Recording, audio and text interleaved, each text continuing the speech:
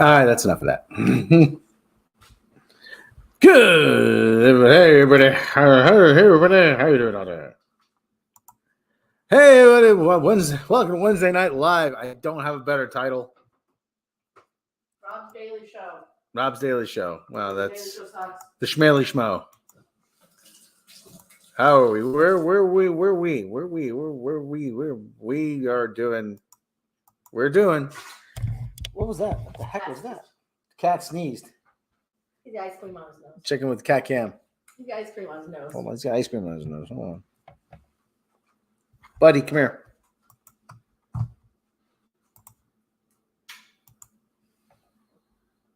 Hey, buddy. Buddy. Cat Cam. Cat Cam. Cat Cam. Hold on. Where's the banner? What? I'm trying to get him to look this way. Nope, but.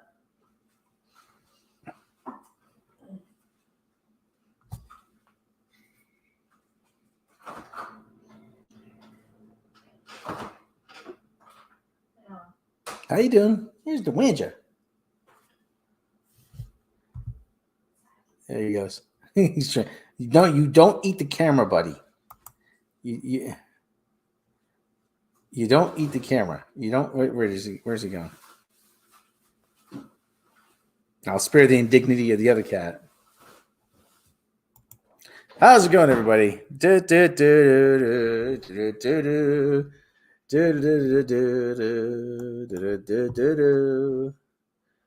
Yeah, hold on to your butts.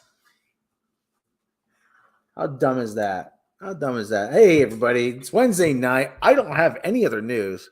I don't have anything else going on. So, screw it. Let's do a stream. Why not? Because why the heck not? It's Wednesday Night Live. Sorry, I couldn't come up with a better name.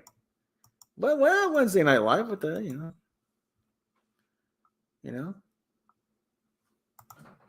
Let's see. Can I load a background? Can I add background? Nope. Can't load a background.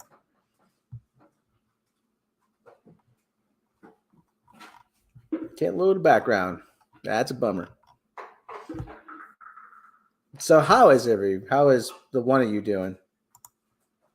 So far, it's just Morbid Fury and somebody else who's not identifying themselves. But you're a live show and have to talk to a studio audience in the future. Yeah, where's my laugh track? Where's my laugh track? Hold on. Where's my laugh track? I need a laugh track then. Hold on. Laugh track.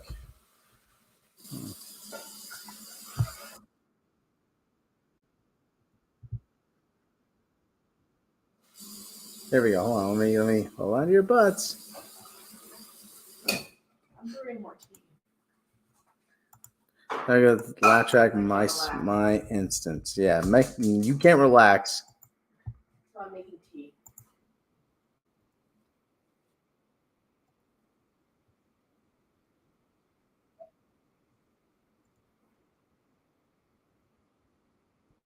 There we go. Laugh track. Okay, we got a laugh track. Hold on, we got a laugh track here. We're working. It's a work in progress.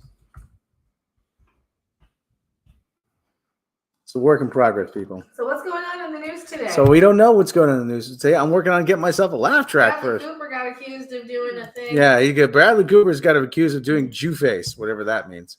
Oy, with my people. You do that though. All the time. Hey, well. You know, if the yarmulke fits. So the yarmulke fits, why not wear it? So Bradley Cooper got accused of doing Jew face. And looks like there's no abatement in the writer strike here. Let's see, well, I need an applause track here. Hold on. Something to applaud. You have an applause track. Heckling you from the audience. Boo! You suck. Boo! I suck. See, this is. I'll just stream. All right, I'll just stream. Hold on, I'm working on it. Jeez. See. Anyway, I'm out of the loop on all the news. So after you put in YouTube, I haven't seen any outrage stuff. So okay, well here's what happened. Yeah, Snow White's been canceled. Oh boy, yeah. Jason Aldean is getting in the woke wars there. I thought I asking to not be sued. Yeah, DeSantis is saying no moss when it comes to Disney, and I picked up this little doohickey, this for $5 at Goodwill. Yeah, nobody cares. Talk about the news. I'll just straighten. That's fine. I thought you were gonna do like a late show, like a Colbert show, not just a. Well, I'm going in unprepared. I gave you like 5 articles. Yeah, giving 5 articles is not being prepared.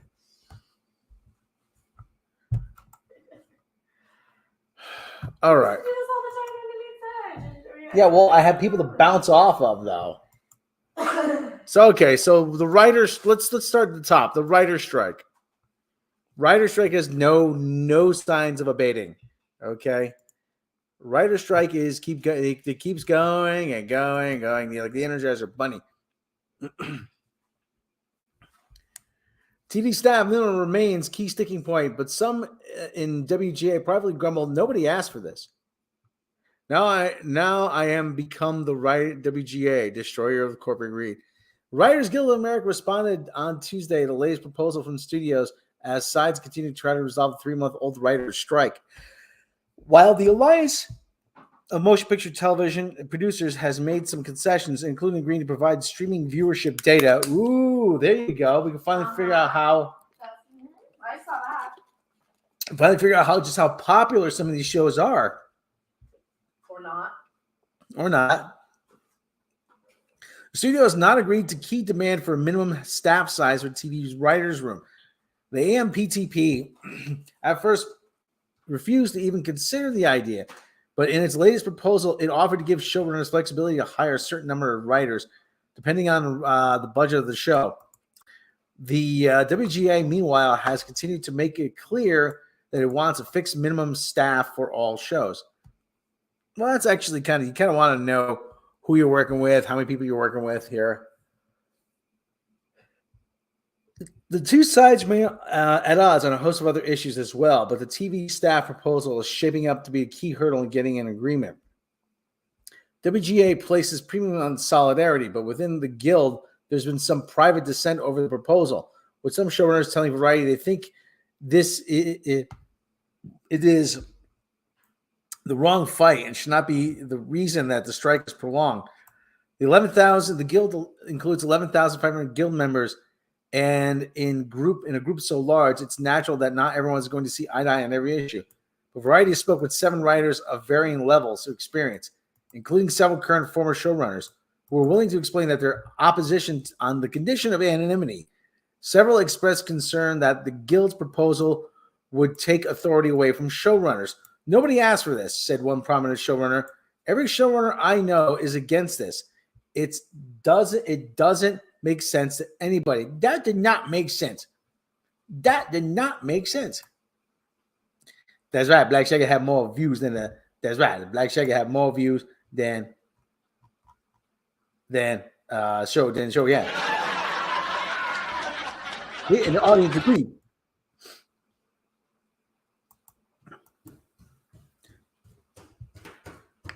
Another showrunner added, all showrunners that want staff should be given a staff. I don't think it's important to force those few that don't want to have a staff to have a staff. WGA proposed in the spring that shows could hire a minimum of 6 to 12 writers, depending on the number, of episodes in a season. As it's meeting on Tuesday, they agreed to reduce that ask by 1 writer, but would not forego the basic structure. Several showrunners told Variety they did not want to be forced to hire writers who were not needed. In its worst form, they say that would amount to feather bedding, an illegal labor practice which employers are required by union rules to hire workers who do not work. It's creating make-work jobs, said another writer. This writer said he worked on shows where his contributions were essentially ignored and he fears that's what would happen to writers who are hired under staffing. Well, you know what? The contributions were ignored. Well, they must be writing for Star Trek Discovery.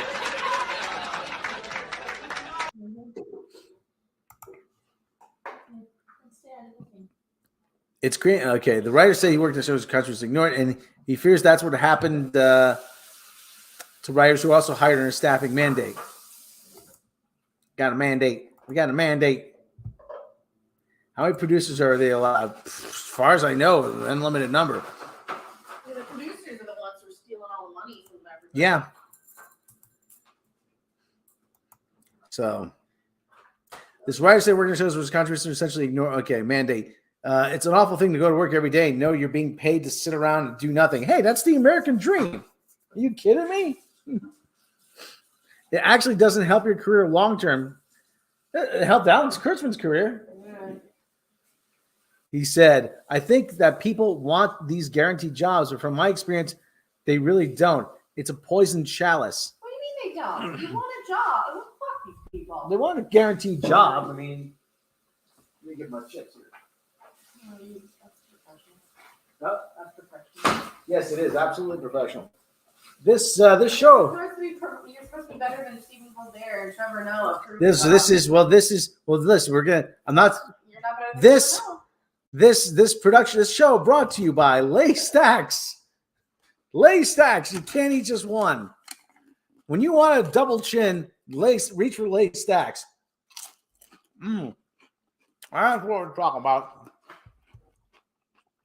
See, so good that you got to pick them up and prevent the cat from getting them. Lay Stacks. There you go. Yeah, they want a stable job, but they don't want. They want to do something meaningful. Have you seen television lately? Seriously, have you seen the state of television? You want to do something meaningful? You work in television. Something meaningful and television. Those are two juxtaposed terms. It's a lose-lose situation because on the one side, the AI can never write a good story. On the other side, the writers of this era suck hard. They do.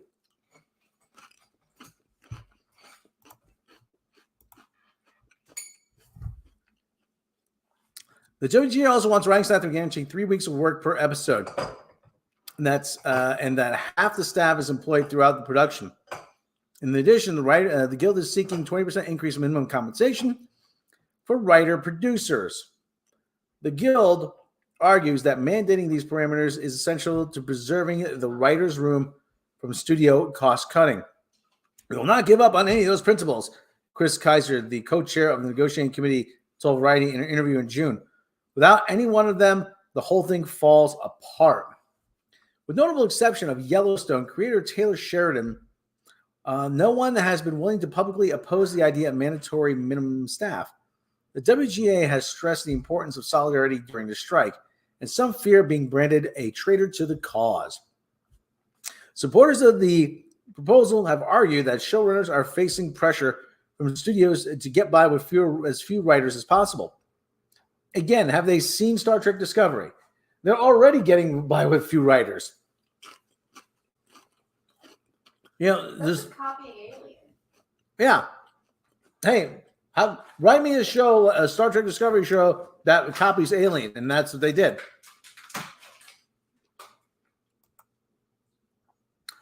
That's particularly true in pre-greenlit mini rooms, where a handful of writers will be tasked with breaking an entire season of a show in just a few weeks.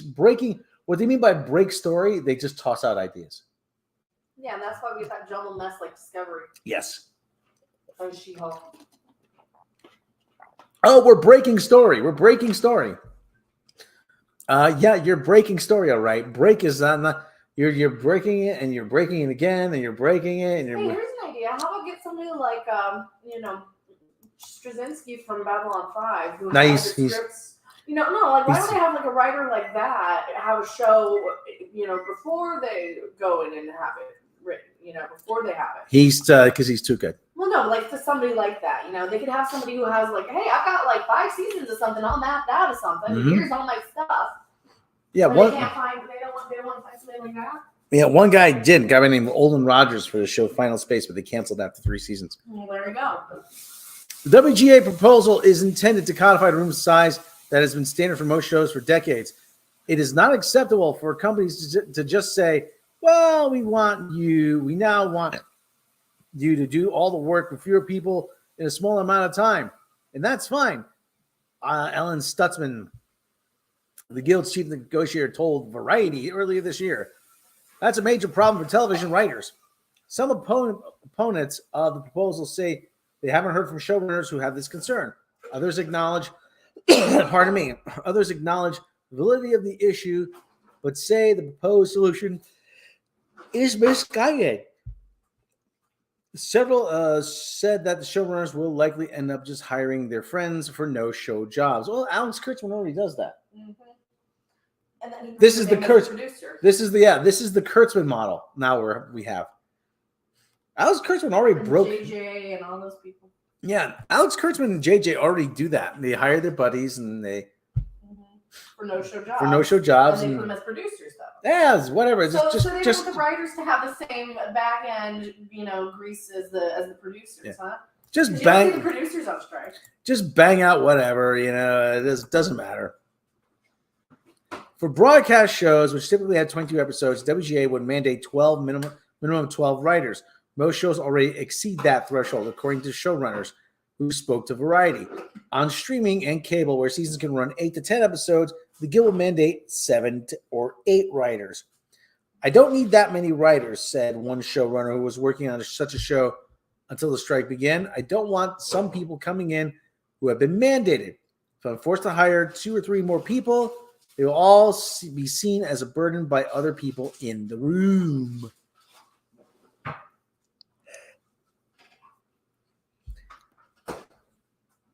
Another writer who works on limited series with 1 or 2 writers at the most argued that the Guild should protect creative rights and compensation, but not interfere in how showrunners do their jobs. Oh, yeah. Like, again, have you seen Star Trek Discovery? Yeah, definitely you should interfere. That definitely needs someone to come along and say, hey, well, what the hell are you doing here? So, anyway. Those are the people responsible for it, though. Mm-hmm. Some supporters have said writers' rooms give younger writers opportunity to learn from more experienced people.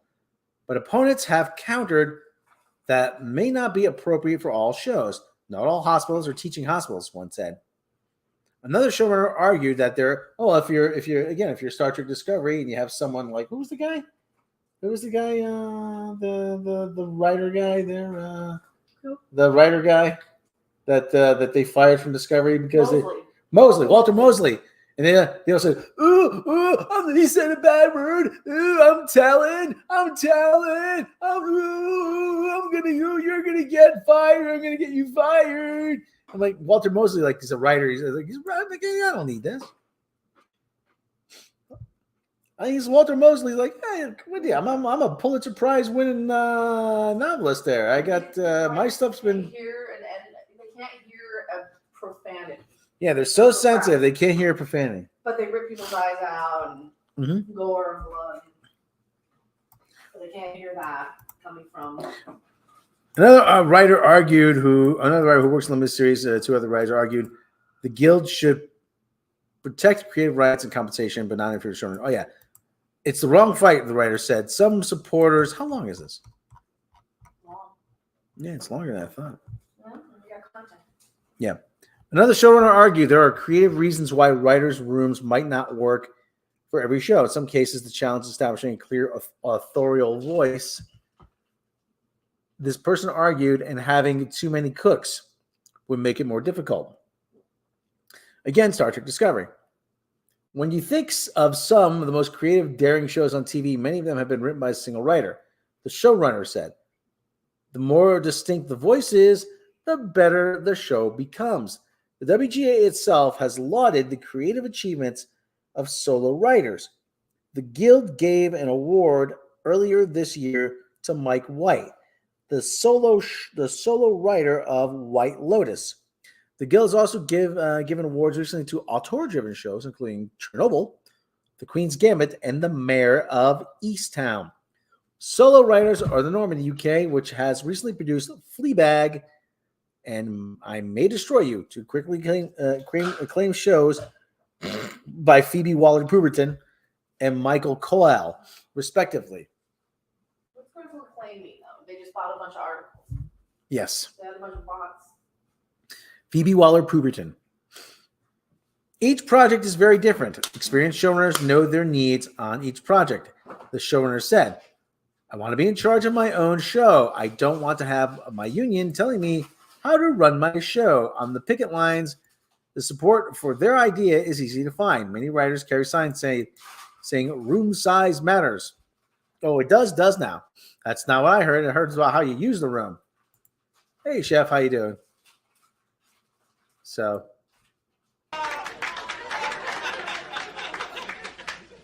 right. Hold on. Where's the laugh track start again? There you go. Carrie Rose, a mid-level TV writer, told Variety outside Disney in May that the issue is her top concern. I am among the writers that have been having a hard time sustaining a lifestyle. She said, I have a required number of people on staff. Seems great. There are also many showrunners I know who that would love to have more people on their shows, but just didn't have the money for it. Right. Writer employment surged during the streaming era, according to the WGA data, rising 76% from 2008 to 2019. But the industry is now facing a contraction as streamers and studios have moved to rein in their content spending. Some of the showrunners who oppose the idea say they believe support for it comes from writers who fear being left behind. When all is said and done, the estimates that are the number of working TV writers is probably going to shrink by 30 to 40%, said the writer who warned about make-work jobs. People are scared. People who staffed once in 2020 and 2019 and not since are really scared that they're not going to work again. Well, maybe they don't deserve to. I'm thinking that. They're right to be scared because it's a game of musical chairs. And people are taking chairs away. This is being promoted as a solution to that. I don't think it's viable. Several writers have said that, listen, a lot of people are being hired to have no business being hired. That's the thing. Yeah, they're really pushing poob on us. Yes. Yeah, I don't get it. I don't get it.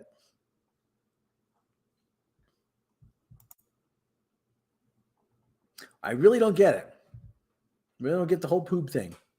But that's just me. Several writers said they had been warned to keep any opposition to the proposal in-house so as not to undermine the WGA in negotiations. But they said their concerns had been ignored when they tried to engage with guild leadership. Several said they are far more interested in getting a much improved residual on streaming platforms.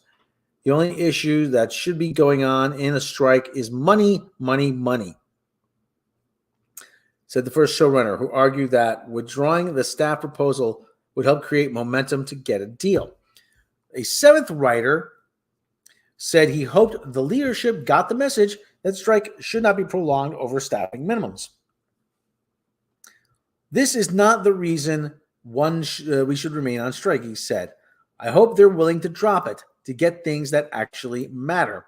Craig Mazin, who wrote Chernobyl by himself and wrote The Last of Us with Neil Druckmann, was somewhat cagey when he asked about the staff size proposal by Variety in July. I may not agree on everything the union is looking for, he said, but then again, if you agree on everything that your leaders put forward, you're probably just a robot. Oh, really?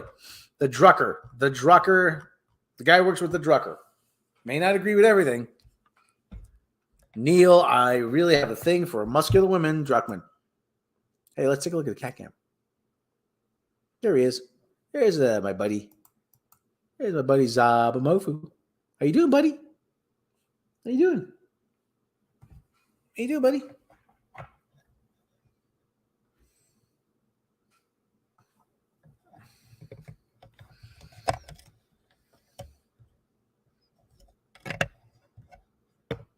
What's going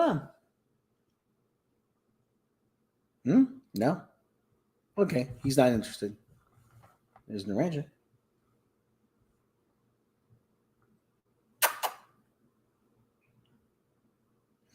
Just gonna eat the camera.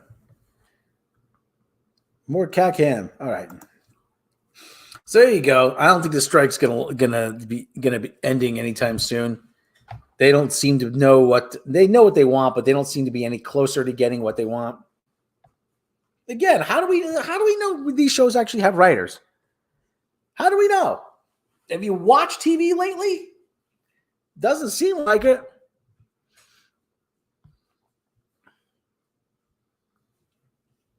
Doesn't seem like they actually have writers, but yeah, what do I know? I don't get paid to make those decisions. I don't think so. I just think it was real. Yeah, it seemed like it was written by somebody who was just trying to fill everything in there that they wanted, and it makes sense for no reason. Just to write a Picard script. Remember we said to AI, write a plot about Indiana Jones, and they said, it wouldn't be right if we did that. Yeah. So even AI knows that. Well, yeah, but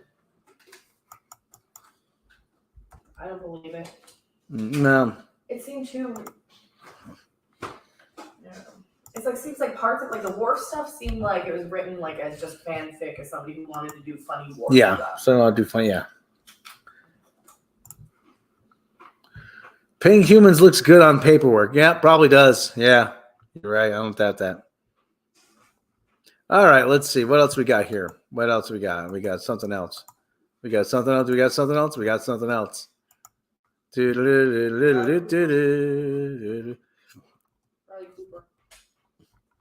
So Bradley Cooper is being accused of, dare I say it, Jew face. Really? Are we that cravenly? What's the word? Cancel happy? Yeah, are we that?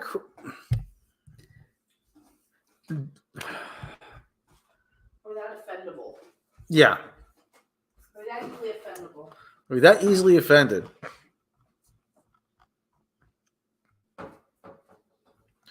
I mean, this whole thing about only people, you can only play what you actually are. I mean, listen, how many Jews have played Italians in Hollywood? Plenty. Or Native Americans. Plenty. All the guys on F Troop. They're all Jews? I think weren't they all Jewish? Maybe. I don't know.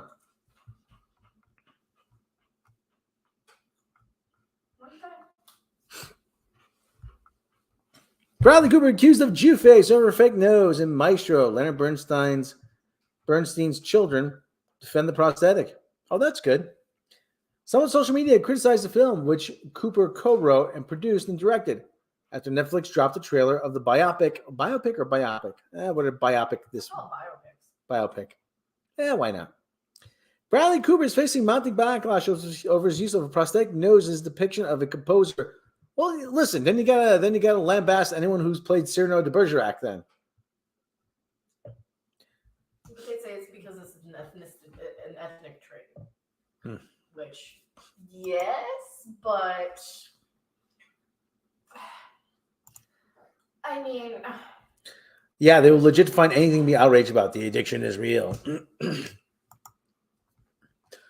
think it's just people trying to prove that they're not Islamophobic. Yeah, well, yeah, people are trying. Look how virtuous I am. Yeah. I find this offensive. Why don't you find this offensive? Anyway, prompting Bernstein's children to rush to Cooper's defense for his portrayal of their father. The biographical romance, which Cooper co-wrote and produced and directed, tells the story of Bernstein, who famously co-created West Side Story, with a focus on Bernstein's 25-year marriage to Felicia Montalegre. Montalegre, yeah. After Netflix dropped the trailer for the film Tuesday, advocates and social media users were quick to notice the change in Cooper's appearance. So if he didn't wear a nose, that would be fine. With some branding, his apparent use of prosthetic nose is anti-Semitic. Well, listen, did Bernstein have a big nose? I mean, Hollywood cast Bradley Cooper, a non-Jew, to play Jewish legend Leonard Bernstein, and stuck a disgusting, exaggerated Jew nose on him. Stop anti-Semitism. Whoa. Are they saying that are they disgusted by Jewish traditional noses now? That's what it sounds like they're saying to me. Well, they're saying that that's how they're intending it, but they're acting like they're disgusting to look at, so they can go fuck themselves. I'm sorry. Mm-hmm. Yeah, they can go fuck themselves on that one. I mean, listen. So you can out-virtue anybody. You can always twist anything anybody says. The nose is. I mean. Okay, well, continuing on. Stop Anti-Semitism, an organization aimed at countering anti-Semitism, said on X. Well, just say Twitter. Social media platform formerly known as Twitter. Is it going to be like Prince, the social media platform formerly known as Twitter? Social media user. Hold on, I got to put the laugh track there. Hold on, laugh track.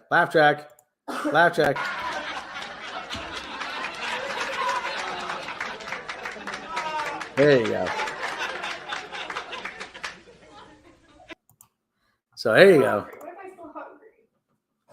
So really, big noses equal Jews? Really? Who's the racist now? That's right. That's right. Fuck these people. Fuck Twitter. Just looked up a picture of the real Leonard Bernstein. The big anti-Semitic prosthetic nose of Bradley Cooper was definitely not necessary. Another commenter wrote, I saw Bradley Cooper play the Elephant Man with no prosthetics on Broadway. Yeah, it's because he had a bag over his head. Social media user said, but then he plays a Jew and decides he needs a huge nose? He's the director too, so don't blame anyone else, they added. Can they say Jewish instead of Bradley Cooper. No, I mean, I seriously? Just saying, keep saying Juno. Huh? I did not. Yes, you did. I'm sorry, but just saying over and over again, Jew. Remember there was a Saturday Night Live sketch, Jew or not a Jew? Several social media users said the film was a clear case of Jew face, a term used to characterize stereotypical, inauthentic portrayals of Jewish people. That almost sounds worse, though. It does sound worse. Oh. Some also question why Cooper, who is not publicly known to be Jewish, is playing a famous Jewish person in the first place. There is no need for Bradley Cooper to add an odd prosthetic nose on top of this to play Leonard Bernstein, a social media user wrote. His own nose is longer, and I still would have preferred they at least gave Jewish actors. Wow, you think you could find? I don't know if they could find a Jew. I don't know if it's possible to find a Jew in Hollywood. Let me tell you. Yeah, man. There's not a lot of Jews working in Hollywood or showbiz.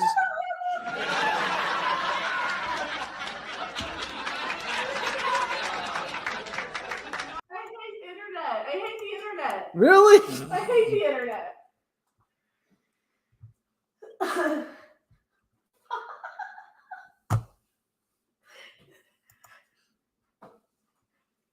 They actually created a hashtag.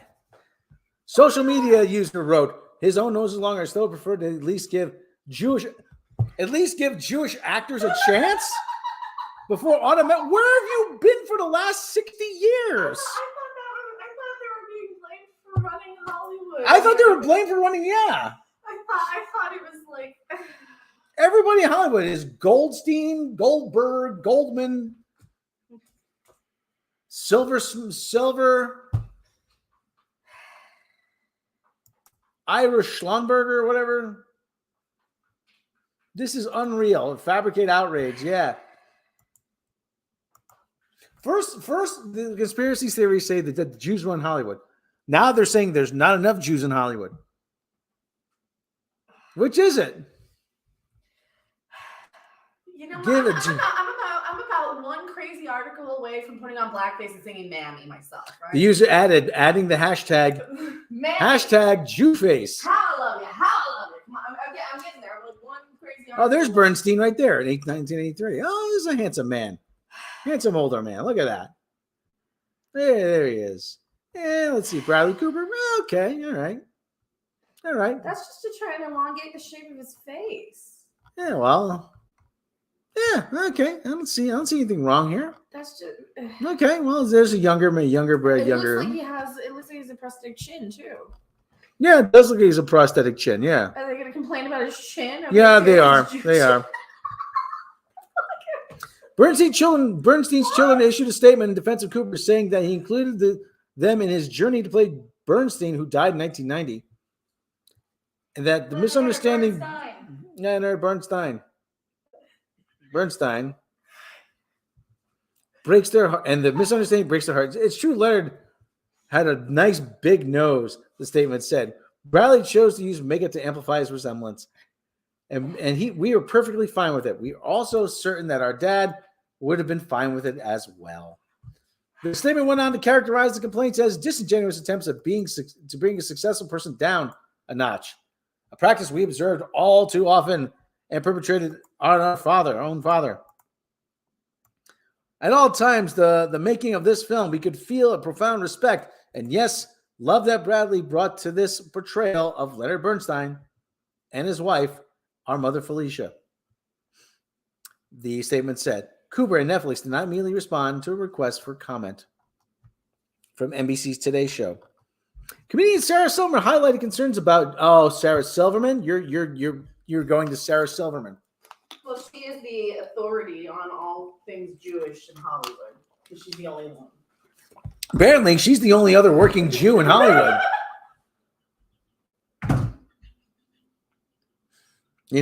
So this, we all know how hard it is for a Jewish person to get ahead in Hollywood, to get ahead in show business. I mean, listen, it's not like you had to listen. All those guys like Milton Berle, Mel Brooks. Who else? Gene Wilder. Was Gene Wilder Jewish? I don't know.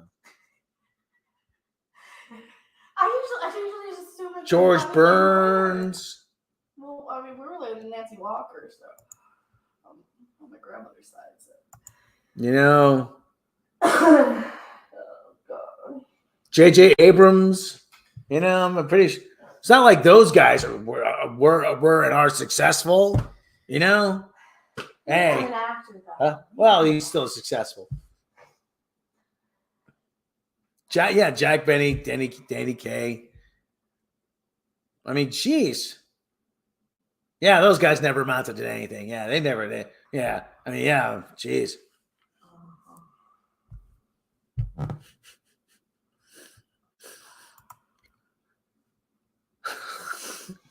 So this is where we are now. You see why I went crazy?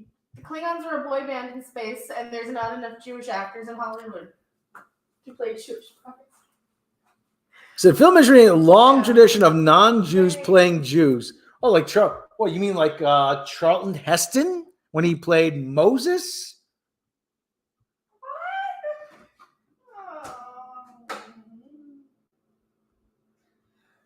And not just Sarah Silverman said, and not just when people have to be Jewish, but people whose Jewishness is their whole being. She said on the Sarah Silverman podcast. Was Leonard Bernstein known for being? I thought he was known for being a composer and the guy in the R.E.M. song, Leonard Bernstein. I mean, listen. He had, unless you're opening every show with Hava Nagila, okay. Then I have to question your Jewosity. Oh no! Yeah, it's not like listen. Let me tell you. Like I said, it's not like Hey, let me tell you, those guys. Those were just old white guys. Those guys like Woody Allen, and and Bonnie Frank. What was Chief Wild Eagle? Who played Chief Wild Eagle? I don't know. I'll just say he's the authority in Hollywood. Not just people playing happen to be judges. People as judges is their whole thing. She said. Sarah Silverman defined the word as when a non-Jew portrays a Jew with Jewishness front and center. This is just word salad, often with makeup. Isn't that or changing features, big fake nose, and all New Yorkie Yiddish inflect. What is she saying? Why are we going to Sarah Silverman? Isn't her whole identity just the only thing about her is the fact that she is Jewish and she pisses in Pringles cans and shit? Yes. For attention because she has to be filthy. Because she has nothing else to say. She's not interesting or smart enough or funny enough to really, really be interesting. Mm-hmm. But they keep going to her as the authority on everything because they can't tell her, no, shut your goddamn mouth already. Well, yeah, because she'll just sit, cry anti-Semitism. Shut your mouth, Sarah Silverman. You're stupid and you suck. I'm sick of hearing your voice. I'm sick of your face. I'm sick of your stupid shtick.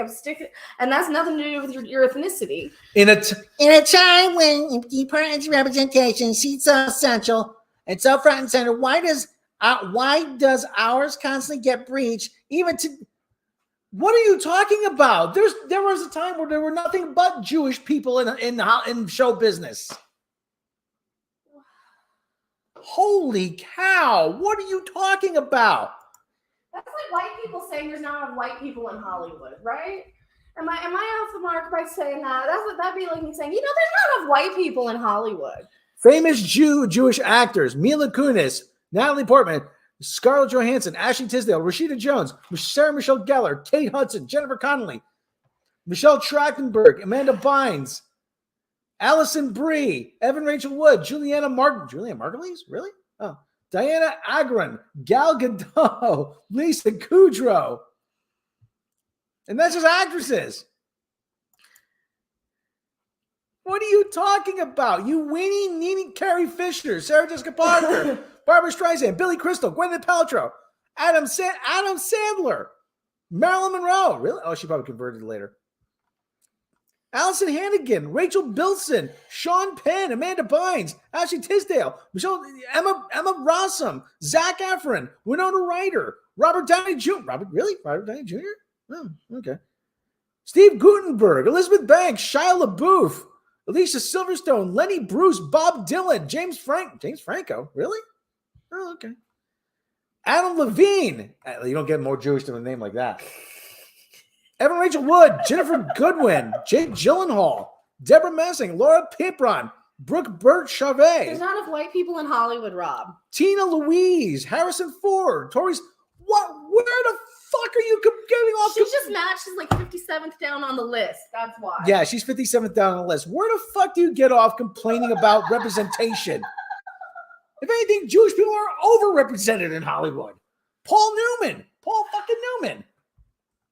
Remember Ben Stiller, Kerry Russell, Bette Midler, Yasmin Bleak, Dina Meyer, Maggie Gyllenhaal, Daryl Hannah, Adrian Brody, Ed Asner, Woody Allen. Because the Nazis were chasing you, so you changed your name and you See that? See, yes, Morbid. Yes, Morbid. The oppression is real. Seth Green, Jamie Lynn Sigler, Lisa Bonet, Jeff Goldblum, Melissa Gilbert, Harvey Keitel, Mel Blanc, Larry David, Andy Samberg, Scott Kahn, Annalise Vanderpool, Katie Seagal, Selma Blair, Kat Dennings, Robert Smigel, Bahar Sumke, Dustin Hoffman, Jason Alexander. You don't get more Jewy than Jason Alexander. Shelley Winters, Jamie Lunar. Really? Jamie Lunar? Oh, okay. I haven't heard that name in a while. I haven't heard that name in a long time. She was so pretty. Yeah, she fell apart. She had like a lot of plastic surgery. Michael Douglas, Lee Schreiber, Jeffrey Tambor, Richard Dreyfuss, Gabriel Macht, Mo Howard. There we go. There's a name for you. All Three Stooges. Gina Gershon. All Three Stooges, yeah. All the Stooges, all the good ones. Leonard Nimoy. William Shatner. Yes, Joaquin Phoenix, Kevin Kline, Rush. Michael Landon, Natalia Ramos, Michael Rappaport. I thought he was Irish. Larry Fine. There you go. Michael Vart, Corey Feldman, Lizzie Kaplan, Gene Wilder, Hedy Lamarr, Nell Carter, Nicole Egger, Jesse Eisenberg, Noah Wiley, Henry Winkler, River Phoenix. Where do you get off complaining that there's not enough Jewish representation? I just banged the desk. But that's not enough. No, there's not. We need all the white Jewish people. Yeah, apart from them. That's it. No, we just need to replace everybody with white Jewish people in Hollywood. That's it. Just Apart from them, go fine. Go home. Apart from them, there's not representation. Corey Haim, Donnie Most, Mia Kirshner, Kirk Douglas, David Cross, Paul Simon, Bob Balaban, Alexander Gould, Keenan Wynn. Keenan Wynn, really? Oh, okay. Pink, John Francis Dale, never heard of him. Adam Rich. Oh, the kid from just the show. Yeah, Carl Reiner, Martin Landau, Elizabeth Taylor, Rob Reiner, Sammy Davis Jr., Robbie Benson, I remember him, Fred Savage, Curly Howard, Jamie Lee Curtis, James Caan, Jerry Lewis, David Arquette, Tracy Ellis Ross, Brad Garrett, Peter Falk, Goldie Hawn, Mel Brooks, Peter Coyote, Eli Wallach, David Schwimmer, Paul Rubens, Wallace Shawn, that's Vicini. Mm-hmm. Alan Arkin, Edward G. Robinson, Where's your Messiah now? Where's Moses? Lauren Bacall, David Duchovny. I got Lord Moore. Jack Warden, John Favreau, Suzanne Plachette, Matt Stone. There you go.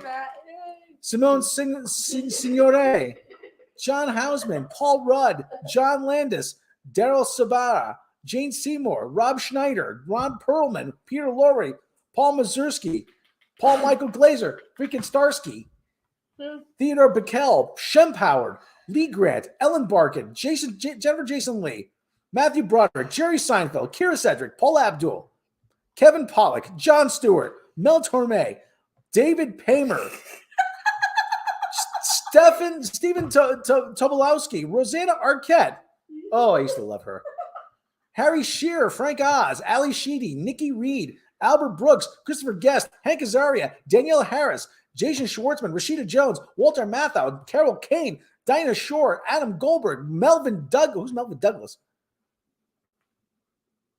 He was an actor in the 30s. Jack Benny, Martin Balsam, Zach Braff, George Burns, George Siegel, Adam Arkin, Julia Louis-Dreyfus, Anson Williams, Elliot Gould, Sam Wanamaker, Melanie Marin, Diane Karen, Brent Spiner, Joan Rivers, Piper Laurie, Douglas Fairbanks, Jerry Stiller, Natasha Leone, Mark Lawrence, Barbara Hershey, Katie Couric, Tony Randall, Lewis Black, Eric von Stroheim, Michael Rosenbaum, Judd Nelson, Jeff Garland, Richard Schiff, Art Garfunkel, Dean Devlin, Kelly Martin, Maya Rudolph, Mare Winningham, Jeremy Piven, Eli Roth, Harold Ramis, Sylvia Sidney, David Hiddam. Have I made my point sufficiently? Do I need to stop at Juliana Margulies and Mandy Patinkin? Where does Sarah Silverman get off? Go, Rob, go.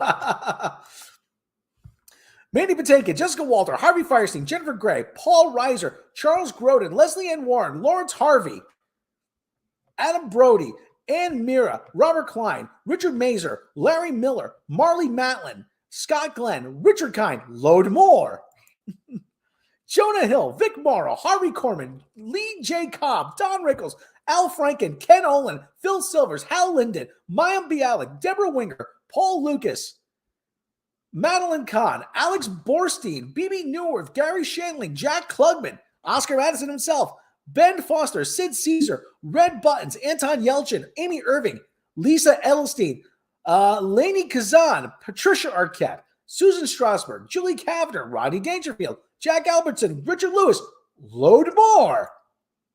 Barbara Barry, Michael Ian Black, Tom Bosley, Peter Reiger, Theda Barra, Howard Stern, Cameron Manheim, Francis Lederer, Werner Klemper, Seth Meyers, Jason Siegel, Ricardo Cortez, Embeth Davis, Tova Feldsha, Carolyn Aaron, Charlotte Ray, Richard Benjamin, Jennifer Westfeld, Judd Hirsch, Eddie Fisher, Al Jolson, Yaphet Kotto, who played Yaphet Kotto. He was in Live and Let Die, actually, I think. Rob Morrow, Richard Belzer, Eddie Cantor, Paulette Goddard, Leah Remedy, Shiri Appleby. Oh, she's cute. Milton Berle, Ron Rifkin, load more. Joe Besser, Chris Kattan, Louise Rayner, Jamie Gertz, Amber Benson, Zero Mostel, Grandpa Al Lewis, Zoe Wanamaker, John Garfield, B. Arthur, Lee Strasberg, David Proval, Jonathan Silverman, Dan Futterman, Ricky J, Josh Radner, Groucho Marx, Tony J, Tanya Roberts, Mike Wallace, Abe Vigoda, Jessica Hecht, Bob Saget, Ian Ziering, Harpo Marx, Carol Leifer, Louise Lasser, Oliver Hudson, Paul Mooney, Mike Binder. Should I keep going? I think you made your point. You've gone on about 20 minutes. So seriously been stupid. Yeah, but you know what? There's not enough Jewish representation on. More white people. We need more whites. More whites than Jews. More whites than Jews now. Oh my god. Oh my god. Where does she get off saying there's not enough Jewish representation in Hollywood? Get off?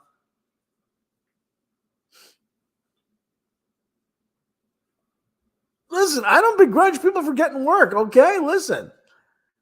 But where does she get off thinking that there's not enough Jewish representation? People say, go, Rob, go. Go, Rob, go is totally right. All right, just one more section.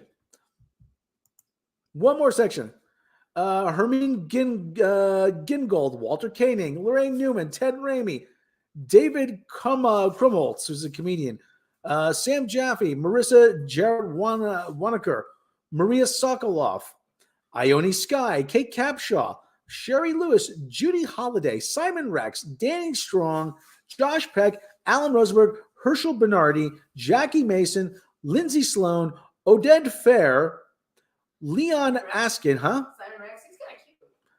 Ed Wynn, Joan London, Peggy Lipton, Chelsea Handler, Bonnie Franklin, Judith Light, Stephen Mock, Greg Grunberg, Gilda Radner. Gilda. I am stopping right there. You can't get any better than Gilda. That is the best place to leave it. That is the best place to leave it. The site I'm taking from is called Ranker. Okay? I know the average crowd can be dumb, but this. Where does she get off? Where does she get off on saying there's about complaining about representation? I just don't know why they're complaining about Bradley Cooper. He wrote the damn movie. He wrote the movie. Who the hell is he gonna cast? He wrote it for himself. He wrote actually, and the Leonard Bernstein's family said, "Okay, all right, sure." Yeah, but they're right. There's totally not enough representation. She's right. Totally not enough representation. So he should have Fired himself. Somebody. Are they complaining about the chin too? Is that Actually, you make me want to see this movie now. They're doing a sequel to that Jesus Sex for Children movie. Is it gonna be a sequel? Yeah, look at him. I didn't send it to you, but where do people get off? Where do they get off? Seriously, no, that's a.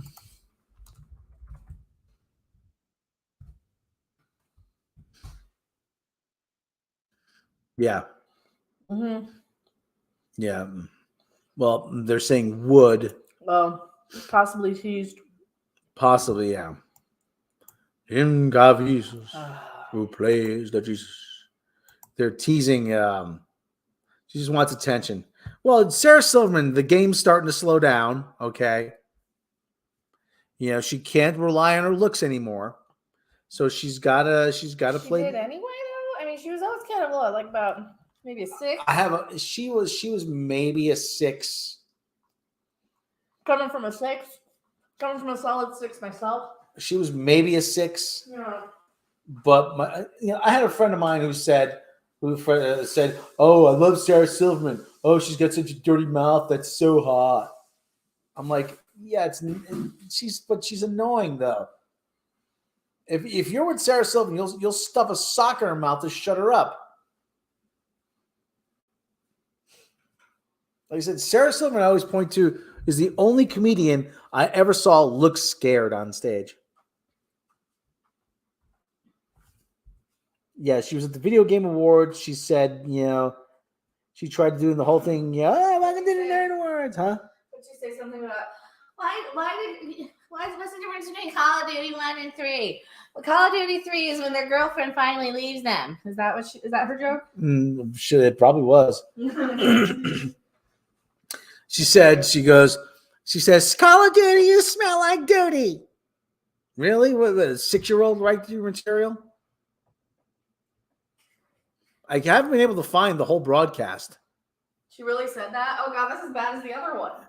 And she actually looks scared on stage. I was eating a chip, but yeah, there's a chip that you drop. Ah, yes, son of a bitch. Right. I did hear him crunch, crunch, crunch, crunch, crunch. No, this isn't particularly bad. No, it's just... You don't want him to get used to it. Well, I don't want you dropping food on the floor, is what most... All right, buddy. There you go. Back to your stream. Yeah, well, let me get through this up first. Zavo. Call of Duty, you smell like duty. Speaking of smelling like duty. What? Cat box. No, well. I just dumped on top of it. Oh, well, we'll get to that. Sabo. Oh, no, I didn't do that. Hold on. Let's see. Start the camera. Sabu. There he is. Sabu. Where'd my phone go?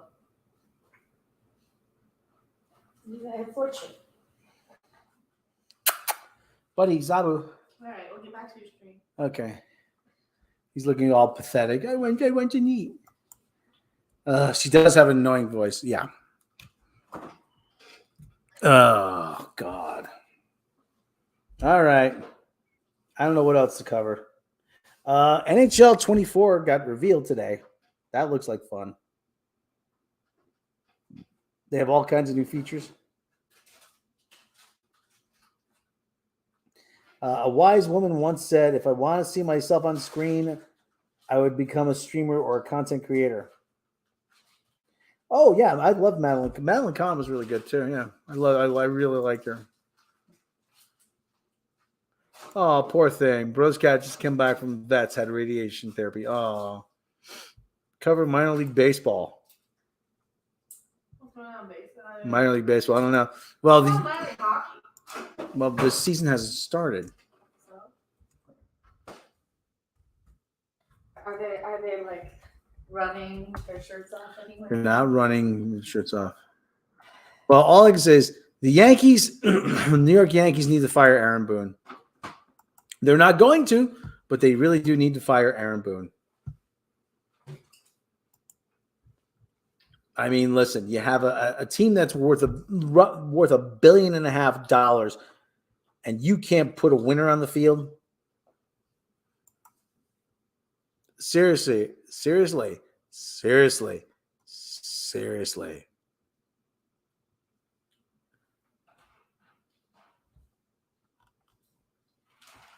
Aaron Boone needs to go.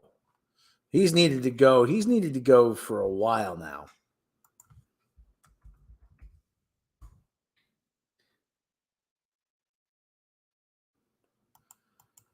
I mean, they got him. The only reason why he's the manager is because he's amenable to whatever they want.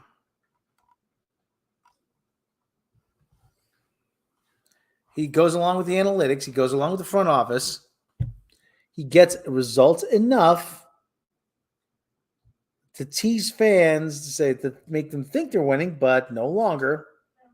Team's terrible. Disney's being sued by who? So Aaron Boone has got to go. Brian Cashman's got to go. If the old man George was still in charge, they would have fired him a long time ago. They would have done it in the 9th inning of the ALDS. Okay, so that's all I'll say about that. And Disney. Favorite baseball movie, The Natural, Robert Redford. Disney's getting sued.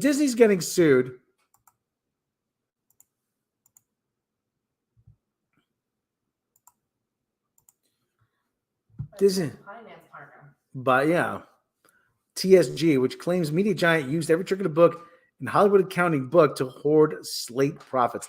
So they're trying to they're cooking the books to hide the money. Show me the money. Count the money. And that's why the writers and the actors are on strike, and the producers they're shuffling money. And Disney's been hit with a lawsuit in Los Angeles Superior Court by film financer TSG, which claims that the media giant used nearly every trick in the book in Hollywood County, book to hoard hundreds of millions of profits. Pardon me.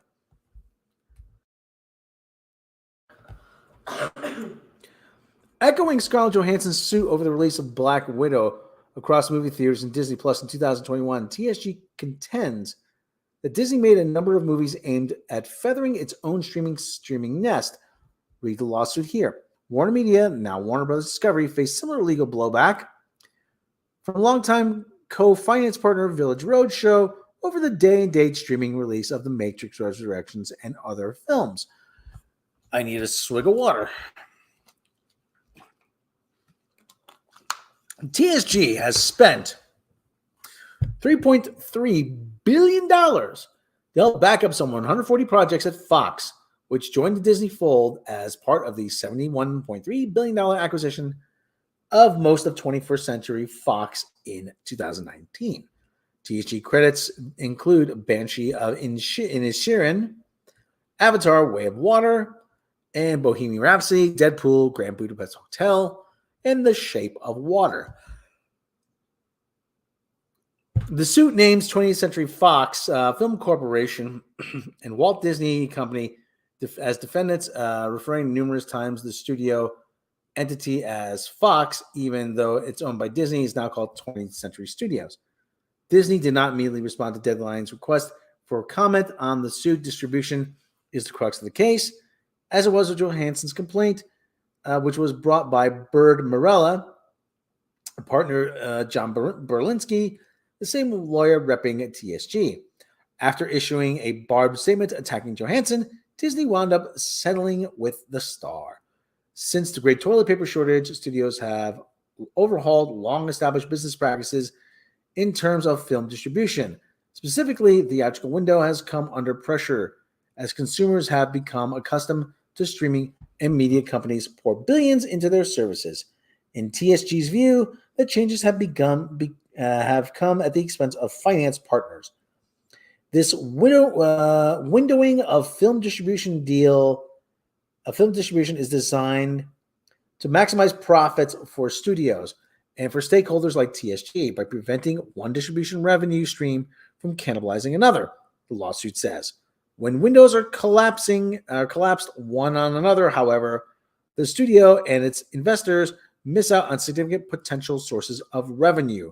The complaint calls out a major shift in 20th Century's slate's pay one release window, which for many years was with HBO. According to after acquiring the studio, Disney ordered 20th Century to renegotiate the output deal and surrender a significant portion of its guaranteed HBO license fees in return for letting HBO films on the Disney Plus and Hulu. While that move benefited Disney, its shareholders and senior executives, TSG says it cost the financing entity many millions, to which it is entitled. TSG, which is run by Chip and Robert Seelig, formed ties with Fox in 2012 and has also had a relationship with Warner Brothers and Sony. In addition to the allegedly lost proceeds due to Disney's distribution decisions, TSG contends that a resulting lack of cash flow impaired its ability to invest in films like Avatar: Way of the Water, which became a massive hit. Disney in recent months has dismantled a corporate creation of Bob Chapek during his brief tenure as CEO, a centralized distribution organization. While Disney Media and Entertainment Distribution, DMED, intended to optimize decision-making and accelerate streaming growth, it irritated many creative and financial partners who felt cut out of the process. Bob Iger, who had appointed Chapek as his successor, in February 2020, returned to the company in November 2022 after Chapek's ouster. So there you go. Disney employing some creative bookkeeping. So, well, what do you want when you have billionaires? What do millionaires want? They want a billion. As always. I should be surprised, but I'm really not. I'm really not. Really not surprised. So there you go. Like I said, that's right. Cooking the books as usual. Okay, everyone. All right. I think that's a good place to end it. Everyone, thank you for Wednesday Night Live. Joining for Wednesday Night. Maybe I'll do this again. I don't know. There's no other late shows. You might as well. Might as well. Yeah. You also claim to be funnier than Trevor Noah. Prove it. Yes. That is true. Come on, that's not Jock Itch is funnier than Trevor Noah. That's not fair though. That's not fair to Jock Itch though. So Gary Cooper, Lou Gehrig, yeah. All right, everyone. Thanks for joining me. As I've said before, we're all in. Do I say we're all in together? Nah, I don't. How could it? Everyone, take care of yourselves. Take care of each other. Huh? Yes, they are. And we will catch you next time.